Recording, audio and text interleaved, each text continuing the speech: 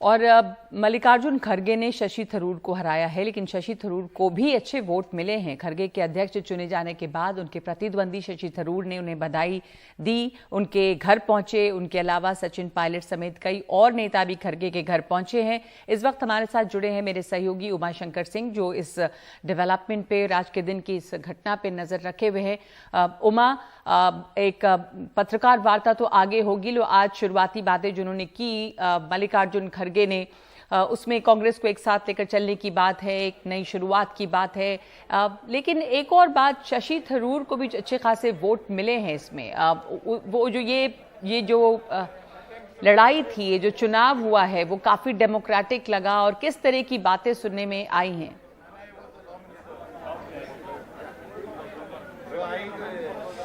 जी देखिए नगमा, जिस तरीके से ये चुनाव पूरी प्रक्रिया जो इसका समापन हुआ है, उसमें एक बहुत अहम बात यह है। पीसीआर माफ़ कीजिएगा, मुझे मेरी आवाज़ वापस सुनाई पड़ रही है, प्लीज़ इसको फिक्स कीजिए।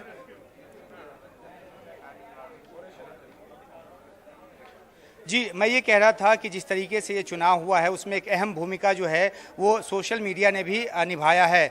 जिस तरीके से शशि थरूर ने विकेंद्रीकरण की बात की, उन्होंने कहा कि पार्टी के तमाम बड़े फैसले जो हैं वो दिल्ली में ले लिए जाते हैं, उच्च स्तर पे ले लिए जाते हैं, हाईकमान के स्तर पे ले लिए जाते हैं, उसको वो डिसेंट्रलाइज करेंगे, वो ज़मीनी स्तर पर जाकर फैसले लेंगे, कार्यकर्ताओं से पूछकर नीतिगत फैसले लेंगे, पदाधिकारियों की नियुक्ति करेंगे। तो ये लगता है कहीं ना कहीं जो कांग्रेस के कार्यकर्ता हैं उनमें एक अपील पैदा किया और तभी उनको 1072 वोट मिले। क्योंकि जैसा कि हम लगातार अपने दर्शकों को बता रहे हैं कि जो पिछला चुनाव हुआ था उसमें सिर्फ 94 वोट मिले थे सोनिया गांधी के खिलाफ जो खड़े हुए थे जितेंद्र प्रसाद। हालांकि इस बार इस चुनाव में क्योंकि गांधी परिवार का कोई नहीं था, तो उसका भी एक असर आप कह सकती हैं कि इनकी वोटों की तादाद ज़्यादा है। लेकिन हमारे जो मेरी बात हुई थी शशि थरूर को जो कैंपेन चला रहे थे, उनसे उन्होंने कहा था परसों ही कि अगर हमें 1000 के आसपास वोट मिलता है तो हम संतुष्ट होंगे, क्योंकि हमें लगेगा कि ये लेवल प्लेइंग फील्ड पर जाकर चुनाव हुआ है। हालांकि कुछ शिकायतें उनकी तरफ से की गई, जिसको कि पार्टी का अंदरूनी मामला बताया है मधुसूदन मिस्त्री ने।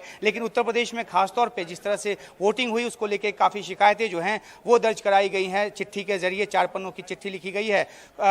मल्लिकार्जुन खड़गे जो हैं उन्होंने अभी प्रेस कॉन्फ्रेंस किया और उन्होंने कहा कि जब वो पदभार ग्रहण कर लेंगे उसके बाद वो लंबी प्रेस कॉन्फ्रेंस करेंगे और अपना विजन जो है वो तब बताएंगे। लेकिन एक अहम बात यह है कि आज एक ऐतिहासिक दिन कांग्रेस के लिए इस लिहाज से कि 24 साल के बाद एक गैर गांधी जो अध्यक्ष है वो मिला है। लेकिन देखना ये होगा कि जिस तरीके से गांधी परिवार और ख़ासतौर पर राहुल गांधी के अध्यक्ष रहते, जिस तरह के सवाल उठे थे, G23 ने जो चिट्ठी लिखी थी बाद में कि एक पूर्णकालिक अध्यक्ष हो और चुनाव के जरिए तय हो, वो उनकी मांग पूरी हो गई है। तो क्या पार्टी के भीतर की खेमेबाजी बंद हो जाती है या फिर किसी और मुद्दे को लेकर वो जारी रहती है? एक जो संदेश देखने में आया था जब मल्लिकार्जुन खड़गे ने नॉमिनेशन दाखिल किया था कि कांग्रेस के तमाम बड़े नेता वहां पर मौजूद थे, कुछ ऐसे नेता भी मौजूद थे जो G23 से आते हैं। तो ये माना जा रहा है कि उनकी भी जो शिकायत है वो कुछ हद तक खत्म हो गई है। तो अब देखना है किस नए सिरे से ये पार्टी को लेकर आगे बढ़ते हैं। यहाँ जिक्र उन्होंने राहुल गांधी की यात्रा का किया और कांग्रेसियों से अपील की कि उसमें जुड़ें।